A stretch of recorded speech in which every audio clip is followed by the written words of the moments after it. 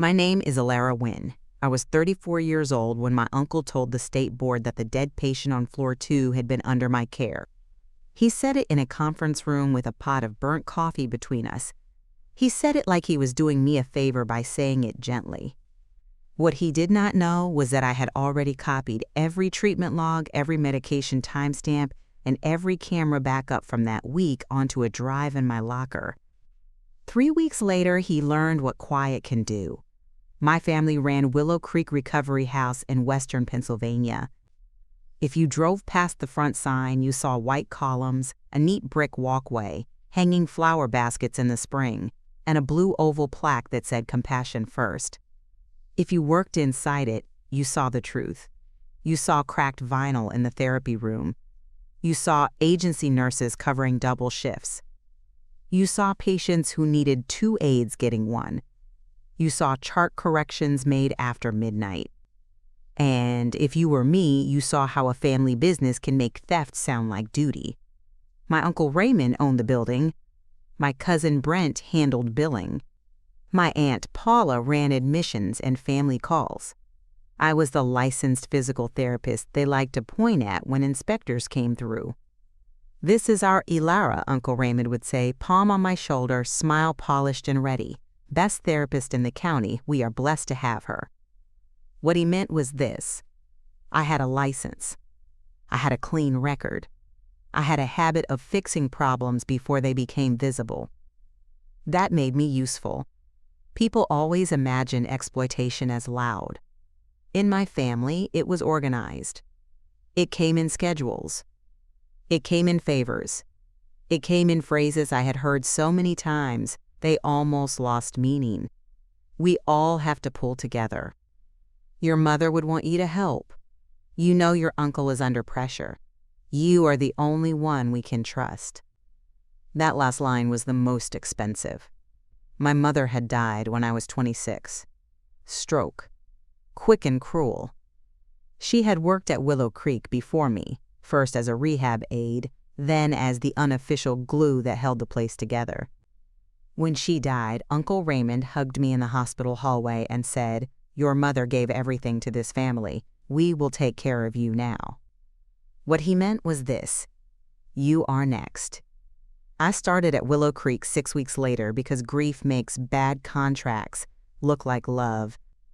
At first, I told myself it was temporary. 12 months, maybe 18. Long enough to steady my feet. Long enough to stop hearing my mother's voice every time I passed the old handrail outside the gym. That was 8 years before the patient died. By then, everybody in the building knew the pattern. If payroll came up short, Brent asked me to wait 1 more week. If an aide called off, Paula asked if I could just cover the transfer. If a patient's daughter demanded answers, Uncle Raymond sent me into the room because families trusted the person in scrubs more than the man in loafers. And when anything went right, Willow Creek Recovery House thanked leadership. When anything went wrong, they found the nearest woman with a license and a conscience. That was usually me. The week before everything broke, I worked 68 hours. I know the number because I wrote it on the back of a grocery receipt and tucked it into my wallet like evidence. Monday, 2 aides short. Tuesday, insurance audit warning. Wednesday, Brent forgot to submit new gate equipment invoices and asked if I could sign off on a late correction. Thursday, a patient family threatened to transfer out after finding their mother in a wet brief at 6 in the evening. Friday, my uncle held a staff huddle by the nurses' station and thanked Brent for keeping operations strong. I had not slept more than 5 hours in 4 days. I still clapped with everyone else. That is the part people outside families do not understand. Exploitation trains you to participate in your own erasure. You smile because everyone is watching. You nod because pushing back would become a story about your attitude. You keep moving because patients still need you, and innocent people always sit beneath the worst systems, like cracked pipes beneath a polished sink. The patient who died was named Arthur Bell. 79. Former high school shop teacher. Partial left side weakness after a stroke. Sharp eyes. Dry sense of humor. He called me Miss Wynn for 3 weeks even after I told him Ilara was fine. Said he had spent 40 years making teenagers use respectful titles, and he was too old to unlearn a good habit now. He was supposed to be a routine recovery case. 3 weeks of gait training, chair transfers, stair tolerance, then discharge home with his daughter. That was the plan on paper. At Willow Creek, paper and reality had not spoken in years. Arthur liked his coffee weak and his blanket folded square at the foot of the bed. He hated being rushed. He hated when strangers touched his left shoulder without warning. He loved talking about old tools. Not expensive ones. Practical ones. The kind that sat in a garage drawer for 20 years and still worked because somebody had cleaned them right after use. On his 4th day, I brought him from the therapy room back to floor 2 and found him alone in the corridor, wheelchair angled toward the laundry closet, call light dangling near the wheel. No aide. No nurse. No family. He looked up at me and said, "Miss Wynn, either this place is understaffed or I have become invisible." I remembered that sentence because it landed in me like a nail set with one clean strike. Either this place is understaffed or I have become invisible. I got him back to his room. I checked his skin. I checked his chart. 1 missed blood pressure entry. 2 unsigned reposition notes. Medication timing written in different ink from the rest of the morning entries. Brent's handwriting was always upright and narrow. Paula looped her Y's too wide. I knew every pen stroke in that building better than I knew my own neighbors. I took photos on my phone. Not because I had a plan yet.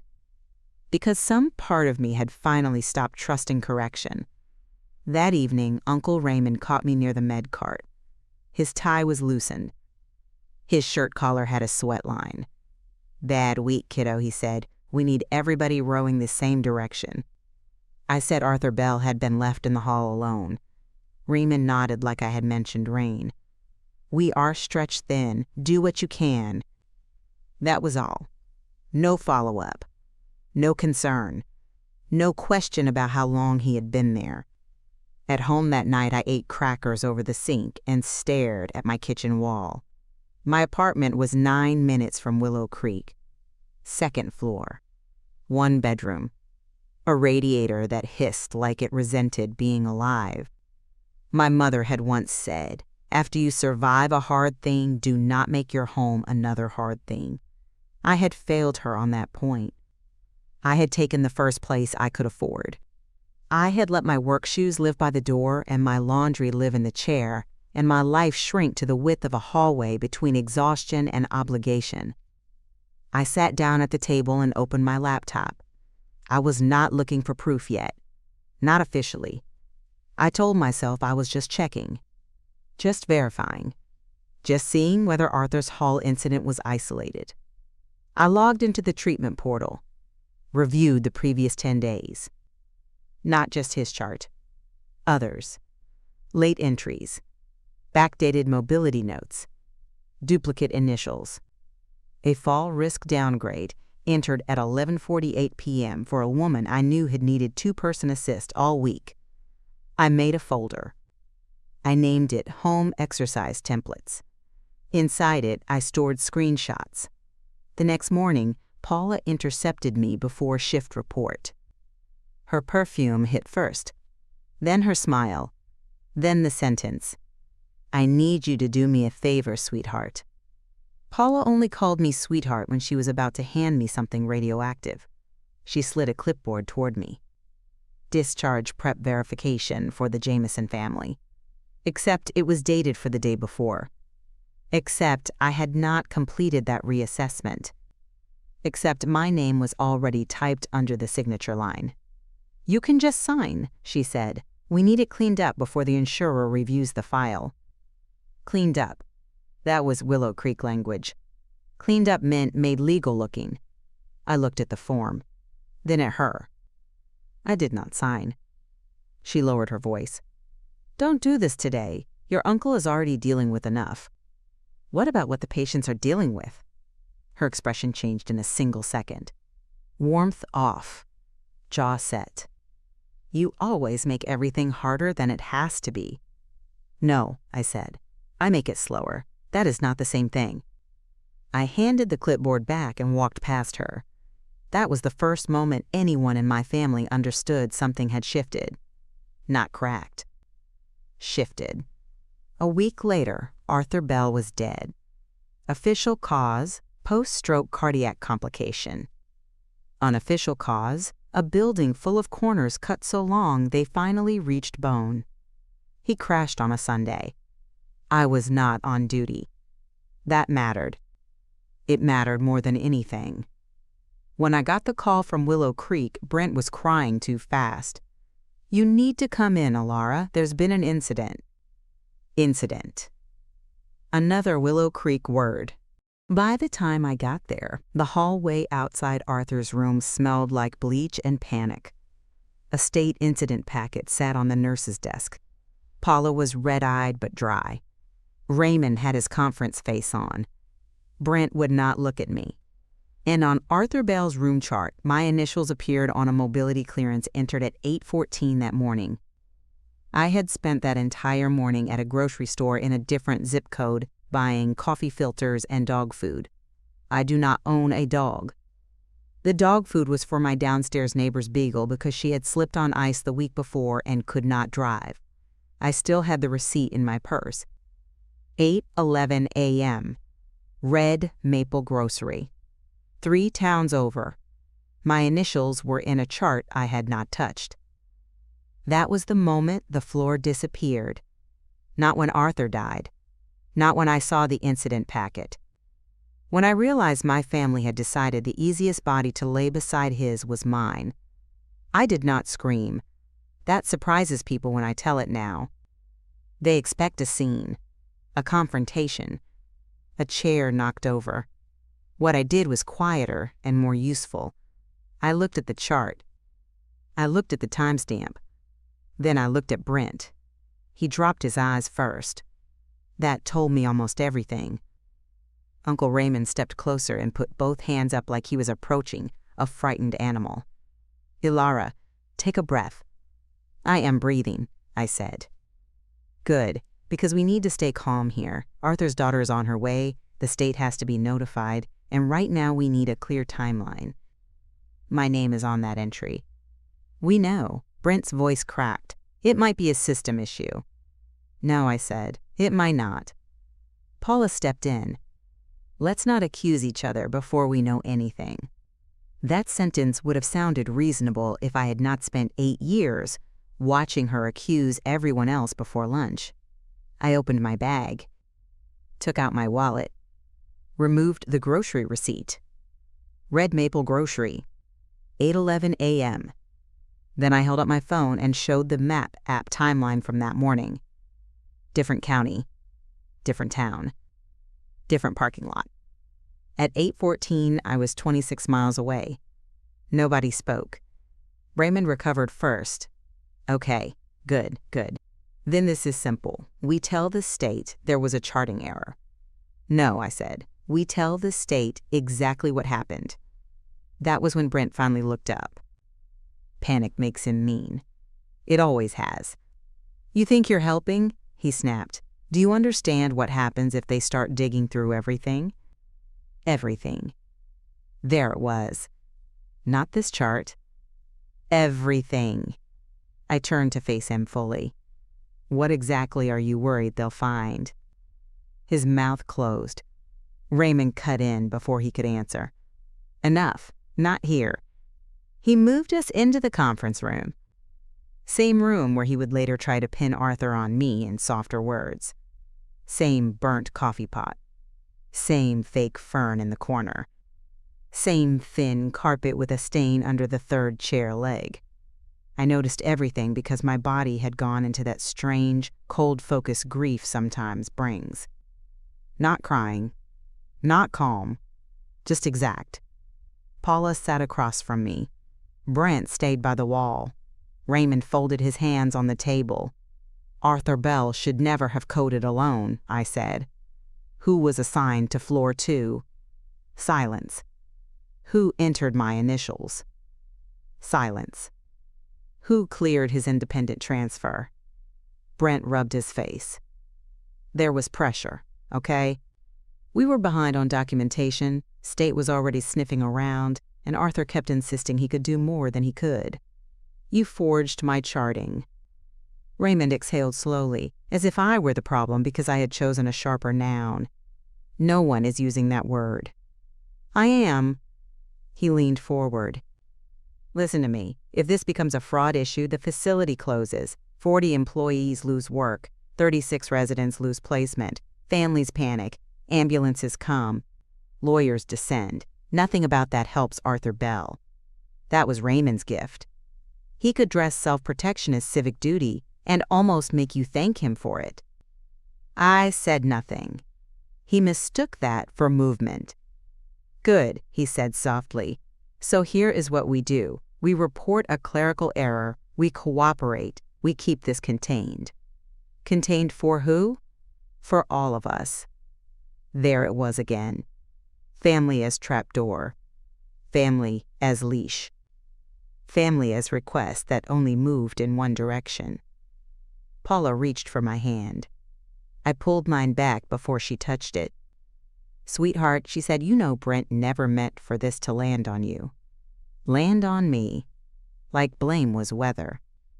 Like forged initials had blown in through an open window. I stood up.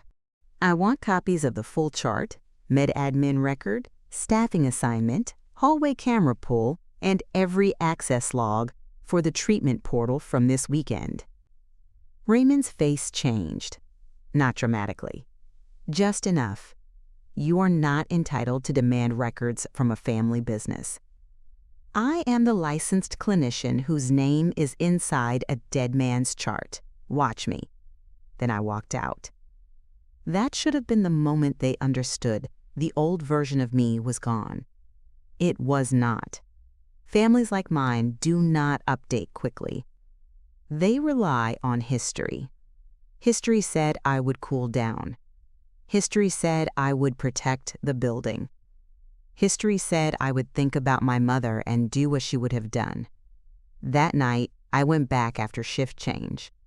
Not through the front. Through rehab. I still had full system access. That was Brent's second mistake. He believed fear would freeze me before protocol occurred to me. I exported patient movement logs. I copied weekend staffing assignments. I pulled camera footage for floor 2 from 7:30 to 9 o'clock Sunday morning. I sent everything to a private encrypted drive I had created after the Jameson discharge form. Then I opened user access history on Arthur's chart. 8 hours, 13 minutes, and 47 seconds. Brent Lawson. 8 hours, 14 minutes, and 9 seconds. Entry saved under therapist permissions. 8 hours, 14 minutes, and 11 seconds. User session closed. He had not just forged my initials, he had used my credential channel, which meant one of two things. He had my login, or someone in admin elevated him through the back end. Either way, this was no longer a mistake. It was a system. Channel insert here. Before we continue, I want to say this. Hidden Revenge Stories channel shares stories of people who take back control of their lives. If this story speaks to you, leave your thoughts below. I left Willow Creek at 1:12 in the morning with a drive in my locker bag and a certainty I had not felt in years. They were going to try to save themselves. And if I gave them one more inch, they would use my whole life as evidence against me. Monday morning, Raymond called a staff meeting at 7 o'clock. Too early for honesty. Perfect for theater. The aides stood with coffee and paper cups. Agency nurses checked our phones under the table. Brent had a yellow tie on, the one he wore when he wanted to look managerial. Paula held a legal pad and a sympathy face. Raymond began with Arthur Bell. Sad loss. Unexpected turn. Please remember, families need reassurance. Then he pivoted. As part of our internal review, charting integrity is being evaluated across departments. If anyone has concerns, bring them directly to leadership so misinformation does not spread. Misinformation. By then, I had the access logs on a drive in my bag. I watched two agency nurses glance at each other. I watched Paula write nothing on a blank page. I watched Brent avoid my eyes so hard it became its own confession. When the meeting ended, one of the floor aides, Tasha, caught me in the linen room. Tasha was 22, fast on her feet, hair always in a loose bun by noon, and she said the truth like it had been irritating her for too long to stay inside. "Miss Wynne," she said that Sunday wasn't right. "What did you see?" Brent was on floor 2 before shift report. He doesn't come upstairs that early unless state is coming or something's wrong. And Paula told me not to document the first transfer attempt because therapy already cleared him. "Arthur?" She nodded. "He almost slid on the first stand. I stayed because it felt off. Brent came in 10 minutes later and told me to help with breakfast trays instead. Did you write any of that down?" She gave me a look. "At Willow Creek? Are you joking?" That answer hurt because it was rational. Not cynical. Rational. I asked if she would talk to an investigator if one called. She bit the inside of her cheek, thinking, "If it protects my license, yes. If it protects me from your family, maybe." That was fair. At noon, Arthur's daughter arrived. Mara Bell. 40s. Denim jacket. No makeup. The kind of face that had not slept but had no room left for collapse. She asked for the full Sunday timeline. Raymond tried to steer her into his office. She stopped in the corridor and said, loud enough for 3 nurses and 1 visitor to hear, "I don't want comfort. I want facts." I liked her immediately. Raymond gave her the public version. Unexpected decline. Rapid response. Everything done appropriately. I stood 6 feet away, holding a chart. I was no longer reading. Mara looked at me once. Just once. But she saw the thing in my face. There are people who can smell dishonesty the way others smell gas before a stove sparks. That was Mara Bell. Before she left, she handed Raymond a card. "My brother is a malpractice attorney in Pittsburgh," she said. "I am sure you understand why I am giving you this." Brent lost color so fast I almost felt sorry for him. Almost. That afternoon, Paula stopped by rehab with a paper cup and a blueberry muffin like we were still doing aunt and niece. "Olive branch," she said. I kept working on parallel bar notes. "What do you want?" "For us to act like family. Family doesn't forge chart entries." Her mouth tightened. "Brent is scared. Your uncle is under impossible pressure. If this building goes under, do you know how many people suffer?" There it was again. The institution as hostage. The patients as shield. The workers as collateral. All to protect the people at the top. I turned to face her. "Did you give Brent my login?" "I don't know what you're talking about." That was answer enough. She set the muffin on my desk and left without taking the cup. I threw both away. That evening, I drove to my mother's grave. Not because I am sentimental by nature. Because when a family turns on you, your dead become the only witnesses who do not ask anything back. The cemetery sat behind St. Luke's off a county road lined with wet grass and bent mailboxes. My mother's stone was simple. Marlene Wynne. Beloved mother. Steady hands, open heart. I brought no flowers. She had always said flowers were for people who liked guilt in decorative form. I sat on the damp grass and told her everything. Not out loud at first, just in my head. Arthur Bell. The forged chart. Raymond's careful voice. Paula's lies. The way Brent's panic had finally outrun his entitlement. Then I said one part out loud. I am done carrying them. The wind moved through the trees. Somewhere behind me, a mower started up. Ordinary sounds. That helped. I stayed until the grass soaked through my jeans. When I got home, there was a voicemail from Raymond. "Kiddo, let's not escalate this before we have all the facts. Come by the house tomorrow night. Family dinner, we need to talk this through." Family dinner. At the house where my mother had once cooked for 10 on holidays, while Raymond sat at the head of the table and called leadership a burden. At the table where Brent got forgiven before he finished lying. At the house where Paula would bring pie and advice and poison in equal measure. I deleted the voicemail. Then I copied every file on my drive twice more. One for my apartment. One for my locker at the outpatient clinic where I still worked Saturdays. One for the lawyer I had not called yet. That last part matters. I had not called anyone. Not state. Not a lawyer. Not the Bell family. Because once you move a thing into daylight, it stops belonging only to you.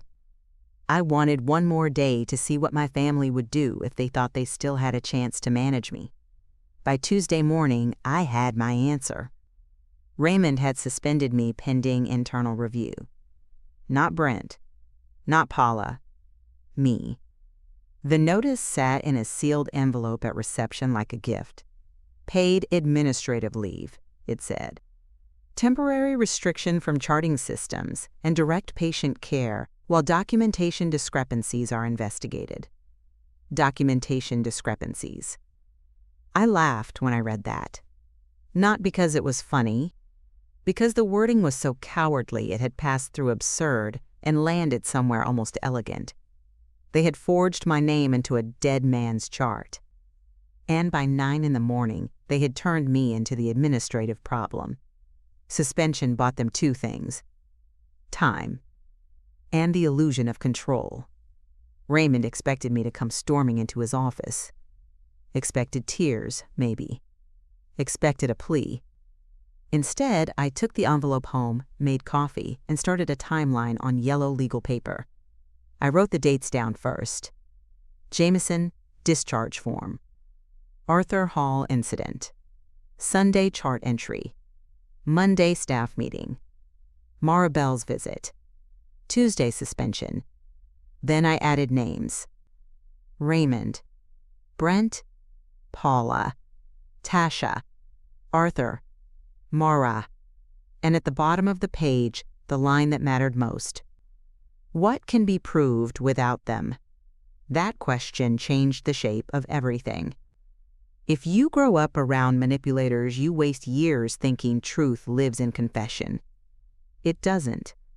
Truth lives in records, in timestamps, in payroll, in access logs, in the stupid little things people forget because they think the story is the evidence. The story is never the evidence. By noon, I had made 3 calls. First, to the State Rehabilitation Board Ethics Hotline. Not a dramatic call. No music, no speech. A woman named Colleen asked for my license number and said, "Tell me what happened from the beginning." I did. She stopped me only twice. Once to ask whether my login credentials may have been compromised. Once to ask whether patient safety was currently at risk. Yes, I said to both. When I finished, she gave me a case number and one instruction. Preserve everything. That felt less like advice and more like permission.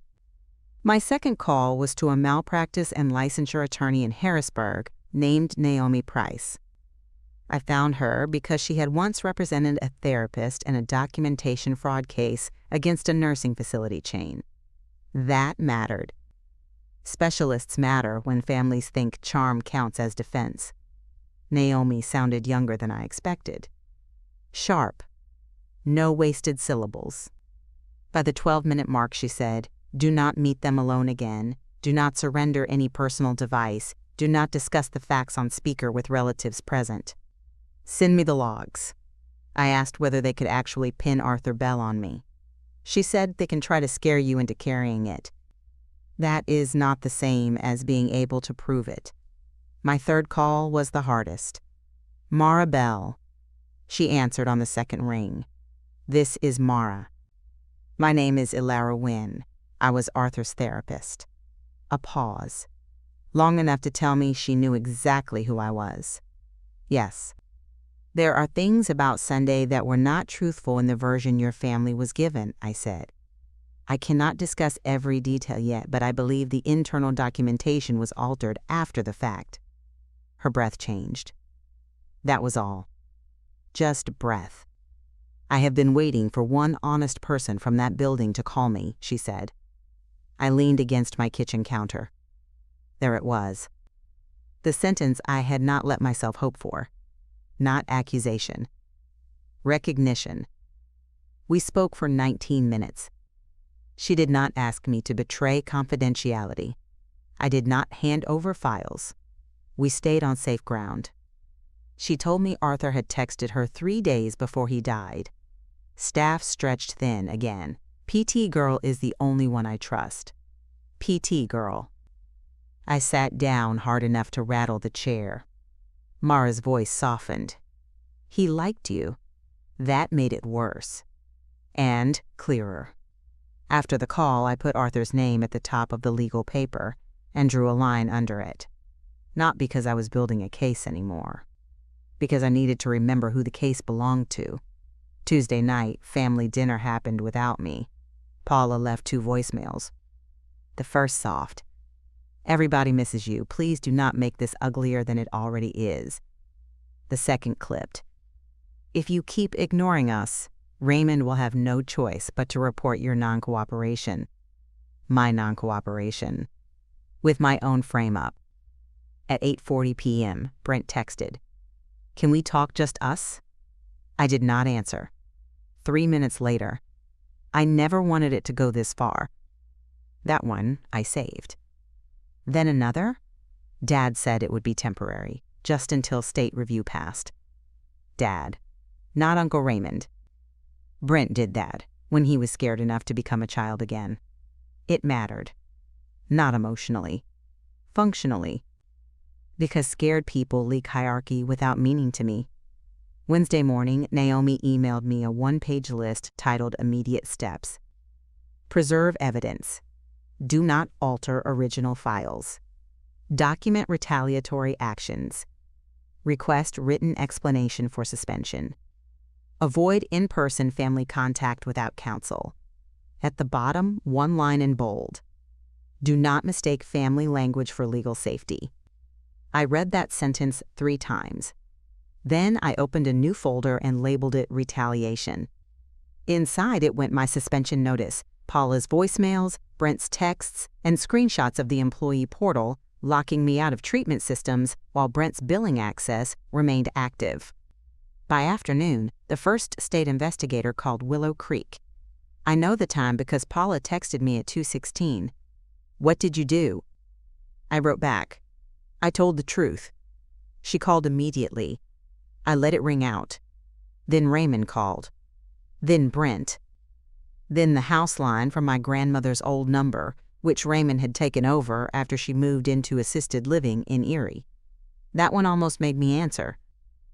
Grief is sneaky like that. It knows the old doors. I turned my phone over and made soup I did not want. At 6, my neighbor Mrs. Delaney knocked with her beagle on a leash and a grocery bag in her hand.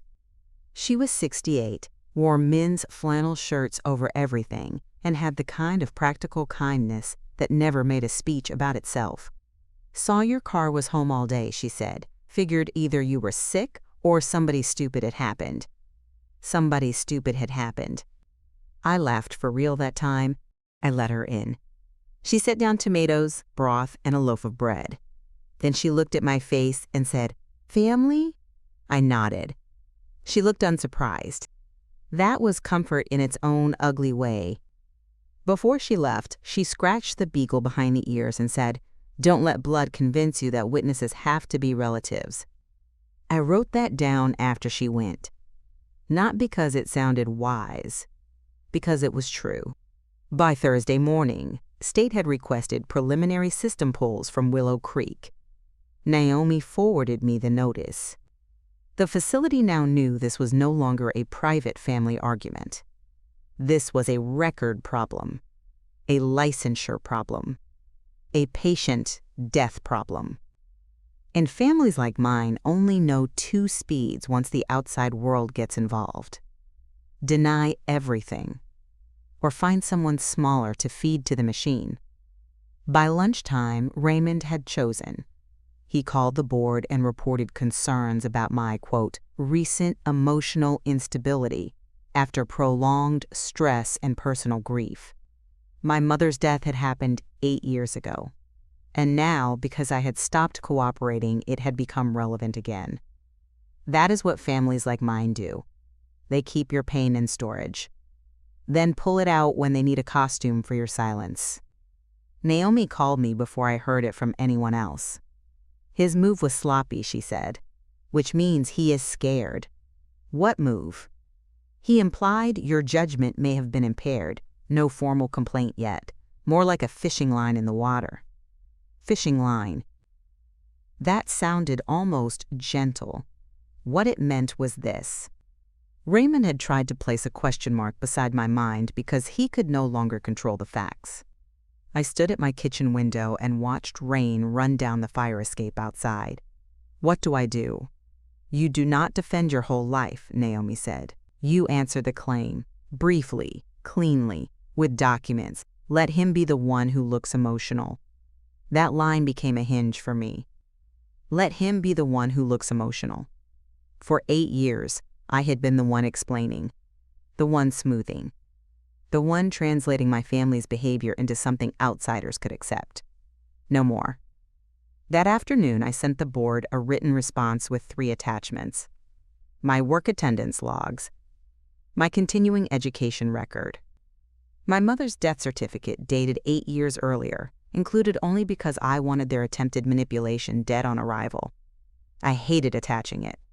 Hated seeing her name used inside a defensive packet. But some things deserve burial twice if that is what it takes to keep predators from digging them up. At 4:10 p.m., Tasha called from an unknown number.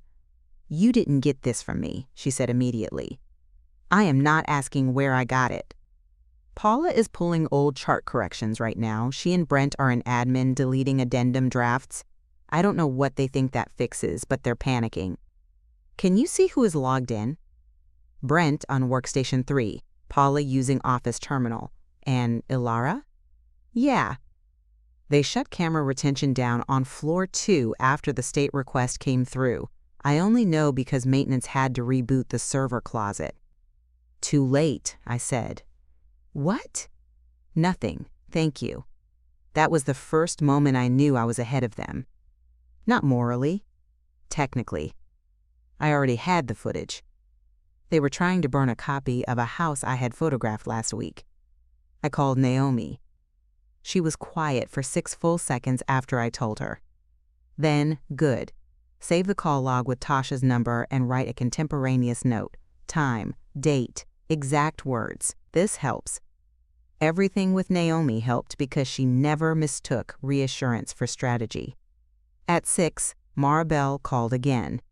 She had one question. Did anyone tell you Arthur was found on the floor before the code? My hand tightened on the phone. No.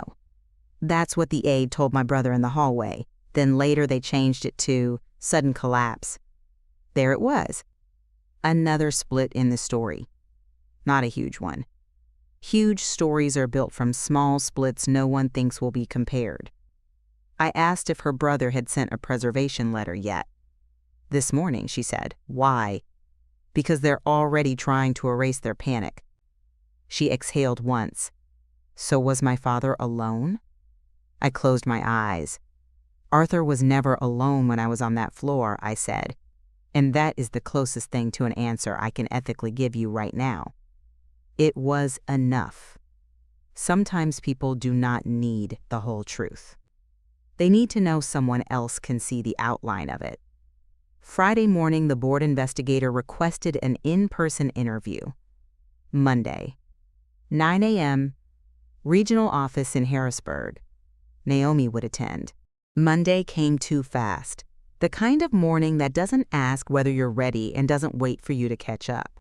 I left before sunrise, driving through long stretches of highway where the sky was still deciding what color it wanted to be. The road was mostly empty, except for trucks moving with quiet purpose and the occasional car that felt like it was carrying something heavy inside it. Somewhere between mile markers, I realized that everyone out there probably believed they were right about something.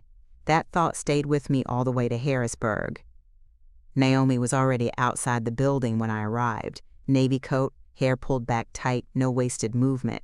She didn't greet me right away. She just looked at my face, reading it the way she probably read case files, searching for cracks or hesitation. "Good," she said after a moment. "You're steady." I wasn't steady. My hands were cold, and my shoulders felt tight from the drive, but I was contained, and that was enough. We walked in together without another word. The conference room felt colder than necessary, like it had been designed to remove anything human from the conversation before it even started. Fluorescent lights, thin carpet, a long table that made distance feel intentional. 2 investigators sat across from us, one with a laptop already open, the other with a recorder placed carefully between us, its red light blinking in quiet rhythm. There were no family members here, no Raymond voice filling the room, no one trying to guide the tone or soften the edges, just structure, waiting. They began with procedure, name, license number, employment history. Each answer landed clean, without explanation or drift. Then they shifted into Sunday. Timeline first, then sequence, then documentation. The questions were not aggressive, but they were precise in a way that left no room for comfort. Naomi interrupted twice, each time redirecting the question back to verifiable ground when it started leaning toward assumption. She never raised her voice. She didn't need to. The rest was mine. I didn't tell them what I felt. I didn't tell them what I believed. I gave them structure. Access logs first, then timestamps, then the distance between my phone and the facility at the exact moment my name appeared in the chart. I explained how permissions could be used, how entries could be created without presence, and how that distinction mattered more than anything else in their report. Then I layered in pattern because pattern mattered more than a single moment. Late entries, corrected notes, signatures that didn't match behavior, the kind of inconsistencies that don't look like much on their own, but together form something undeniable. I noticed one of the investigators shift slightly at that point. Not surprised, just recognizing something he had seen before. That mattered. Facilities like Willow Creek weren't rare, but insiders who documented quietly before speaking were. When I finished, the room didn't react dramatically. It settled. Then came the question, why didn't you report earlier? It wasn't hostile, it was procedural, but it carried weight. I held his gaze for a moment before answering, because until last week, I thought I was protecting patients. He didn't interrupt, he just waited. Then I realized I was protecting the people hurting them. The recorder kept blinking. No one spoke for a moment, not because there was tension, but because there was nothing to add. Naomi gave a small nod beside me, and that was enough. Thursday morning, Naomi called before I had even finished my first cup of coffee.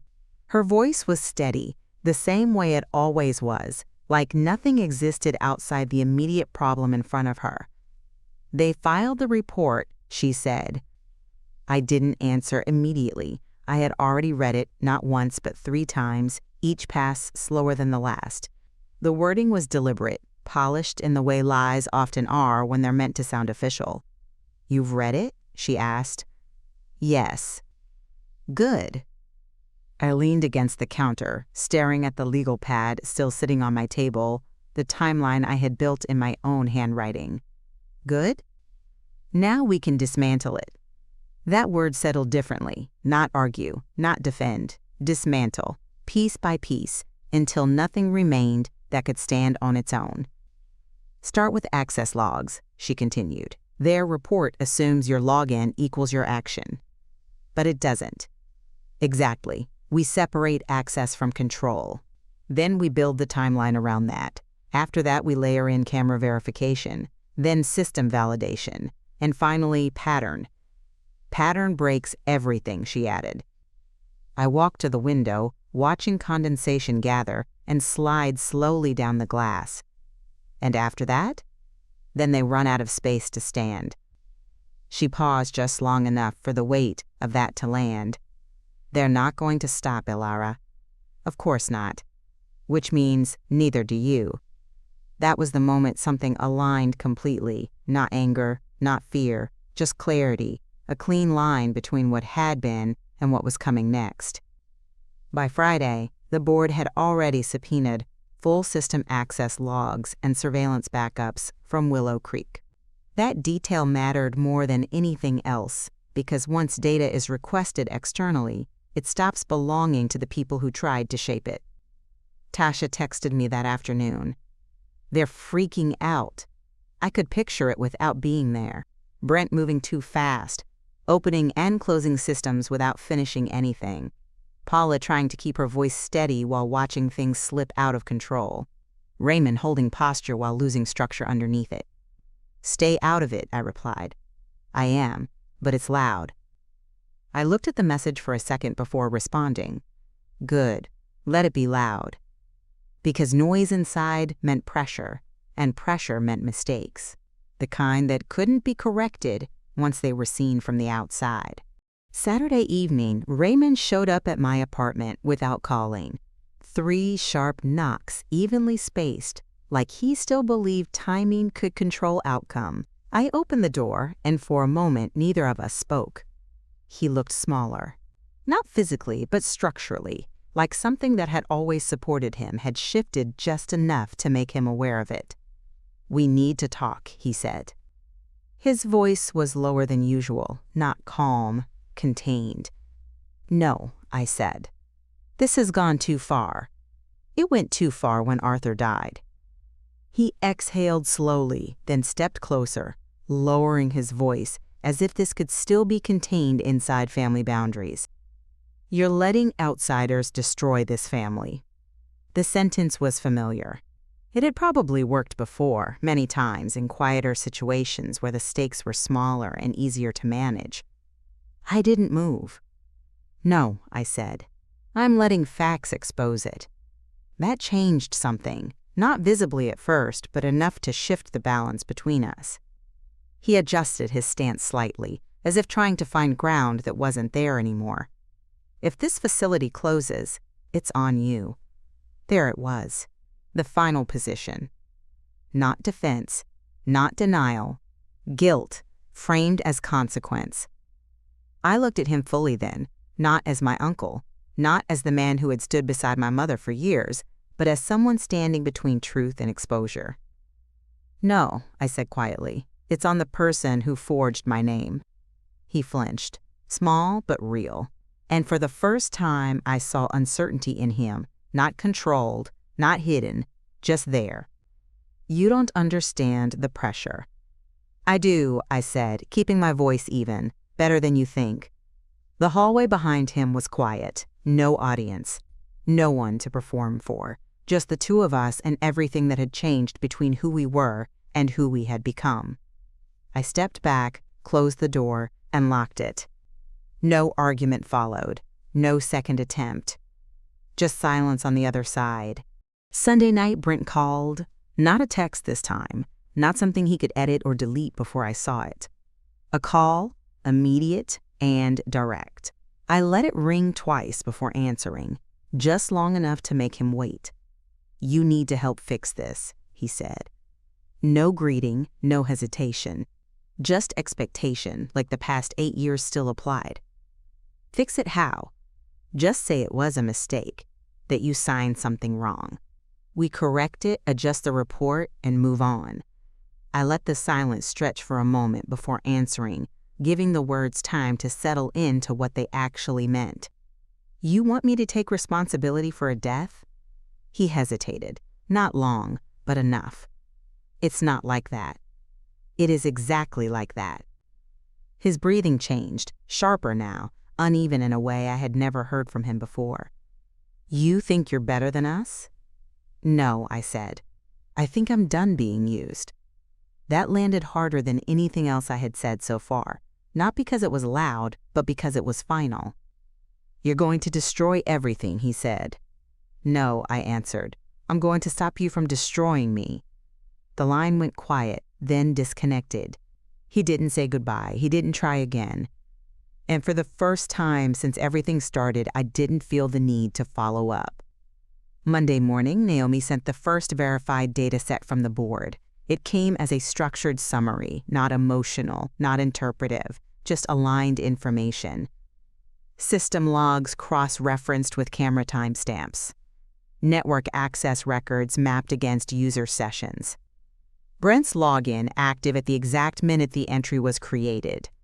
Paula's terminal showing simultaneous edits in adjacent records.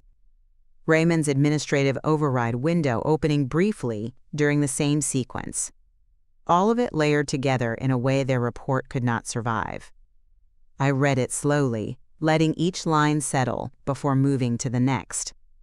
This was no longer my version against theirs. This was system truth. At 2:17 p.m., the board scheduled a formal review hearing. Public record, official, not something that could be managed privately or redirected through conversation. 3 weeks after Arthur's death. The same amount of time it had taken for them to try to bury responsibility. Now it was returning, structured, and visible. And this time, it wasn't something they controlled. The hearing room felt larger than I expected, but smaller once everyone was inside it. Space has a way of shrinking when nothing in it can be hidden. Raymond sat across from me in a press suit, composed in the way he always was when he believed control was still possible. Brent sat beside him, pale and rigid, his hands too still in his lap. Paula remained just behind them, posture straight, hands folded tightly enough to show strain. Mara was there too, 3 rows back, watching without moving. Naomi leaned slightly toward me. "Facts," she said quietly. I nodded. Raymond spoke first, measured, controlled, practiced. He built a clean version of events, one that almost worked if you didn't look closely at the edges. Then Brent followed, less steady but aligned, repeating the same structure, reinforcing the same narrative. Then it was my turn. I walked to the table and sat down. "State your name." I did. And then I began. Not with emotion, not with accusation, just sequence. Access logs first, then timestamps, then camera verification, then system alignment. Each piece placed carefully, without pushing, without explaining, beyond what the data showed. Naomi introduced the final document at the end. Independent system verification. That was when the room shifted. Not loudly, not dramatically, just enough. One board member leaned forward. Another flipped pages faster. Raymond stopped writing. Brent's breathing changed. And that was when the collapse began. The board asked Raymond one question. Just one. "Can you explain why your internal report contradicts verified system data?" The silence that followed wasn't strategic. It was empty. Raymond tried to respond, but the structure he had built had nowhere to go. His words started, stopped, then shifted direction without finding ground. "We relied on internal."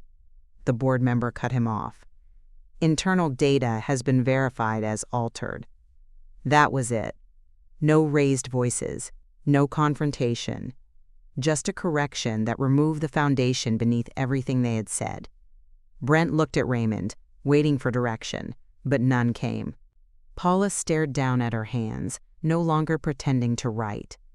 And once that first visible crack appeared, everything else followed. By 10:26 a.m., it was over, not in a single moment, but through a process, findings, actions, escalation. Each step clear, each outcome unavoidable. Raymond sat still. Brent didn't look up. Paula never raised her head again. And Mara, sitting quietly in the back, closed her eyes once and nodded. That was the only acknowledgement that mattered. Truth had reached daylight. The room did not erupt when the decision was finalized. There was no dramatic shift, no sudden rise in voices, no visible fracture that outsiders could point to and say, "This is where it all broke." Instead, it ended the way structural failures often do, quietly, with a series of confirmations that left no space for interpretation. The board did not linger. They documented, they signed, and they moved forward, each action carrying more weight than any argument that had been made before it. Raymond remained seated long after the others had begun to stand. His posture had not collapsed, not visibly, but something essential had been removed from the way he held himself. It was not defeat in the theatrical sense, it was absence. The kind that follows when a structure built on control realizes there is nothing left to control. Brent stood first, though he did not move far. He hovered just behind Raymond's chair, as if proximity might still offer guidance or direction. It didn't. His hands, usually quick and purposeful, hung at his sides with no immediate function. He glanced once toward the board members, then toward me, and then away again, as if unable to settle on where his attention belonged. Paula was the last to move. She gathered her papers slowly, stacking them with deliberate care, even though there was no longer any reason to preserve order. When she finally stood, she did not look at Raymond or Brent. She walked toward the exit with the same measured pace she had used inside the facility, but the certainty that used to define her movements was no longer there. Naomi closed her folder beside me. "It's done," she said. I didn't respond right away. Not because I disagreed, but because I understood that what she meant was specific. The case was done, the findings were done, the structure that had protected them was done. But something else was still in motion. Mara stood from the back row and walked forward, not quickly, not hesitantly, just with intention. She stopped a few feet from me, close enough to be present, but not close enough to assume anything. "You stayed," she said quietly. I held her gaze. "I finished," I answered.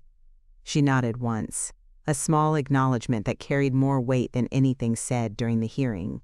Then she turned and left without looking back. That, more than anything else, marked the shift. Because for the first time since Arthur died, nothing in that room belonged to them anymore. The facility did not close immediately. That was never how these things worked. Systems don't shut down in a single motion, even when the damage inside them has already been exposed. Instead, oversight replaced autonomy.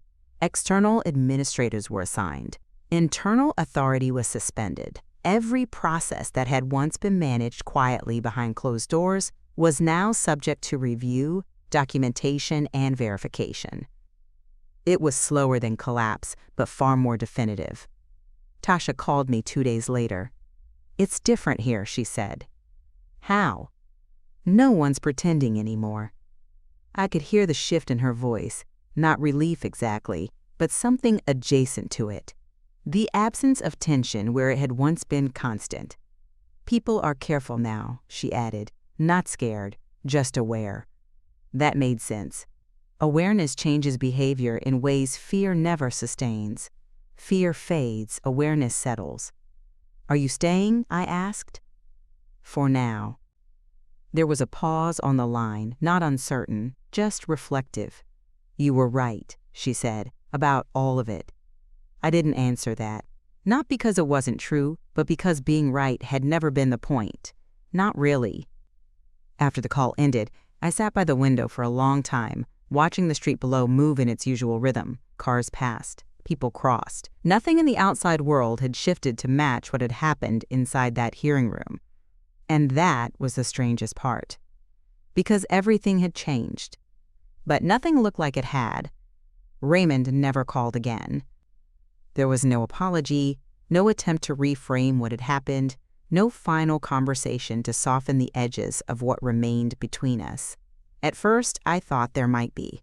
Not because I expected it, but because patterns like his don't disappear easily. They adapt, they reposition, they look for openings.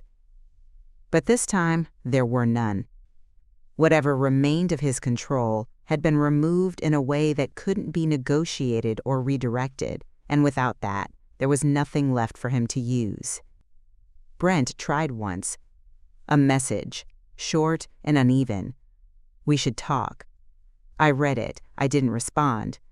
An hour later, another. "You don't have to answer like this." I still didn't respond. Because for the first time, silence wasn't avoidance. It was boundary. Paula never reached out at all. And somehow, that made the most sense. Some people don't argue when the structure disappears.